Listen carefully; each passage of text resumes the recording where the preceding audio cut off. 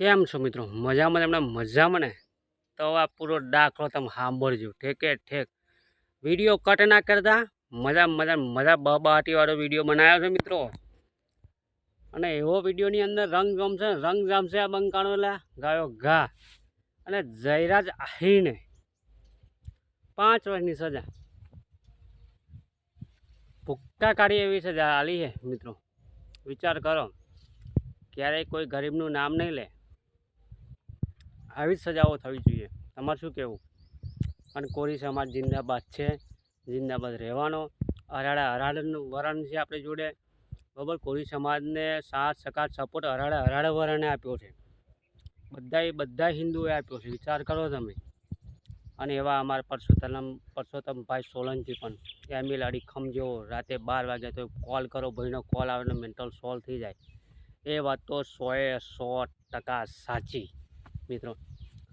અને પોલીસ સ્ટેશનની અંદર, જેલની અંદર જે જયરાજભાઈને જમવાનું આપે છે ને, એ વિડીયો મેં ક્લિપ બતાડી છે, જોજો, બરાબર છે.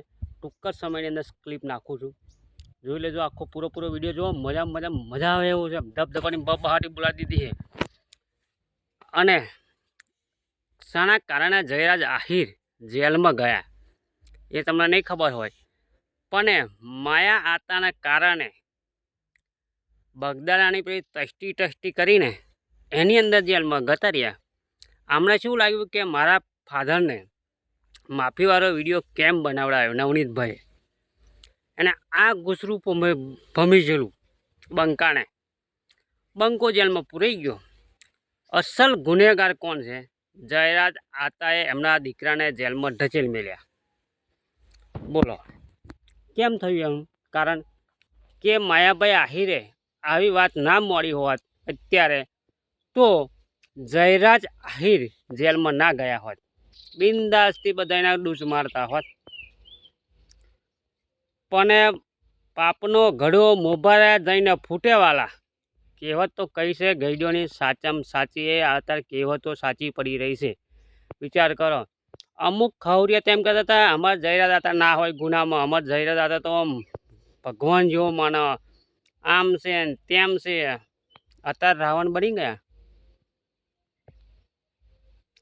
રામ જેવો તો માણસ કોણ છે ખબર છે? પરસોત્તમભાઈ સોલંકી બાપજી. વિચાર કરો, રાત દિવસ ઉજાગરો કર્યો, સંગઠન એવું બનાવ્યું. યુવા પેઢી જુઓ તમે, પિન્ટુભાઈ કોરીના શબ્દ સાંભળજો, 1-2 ઘડી ટાઈમ મળે તો. અને મેં ક્લિપ મેલી છે, પૂરો વિડીયો જોજો, મજા આવે એવો છે. ગાભા કાઢી નાખે એવો છે વિડીયો. હા, બધા જોઈ લેજો, મજા કરાવડાવીએ આપણે.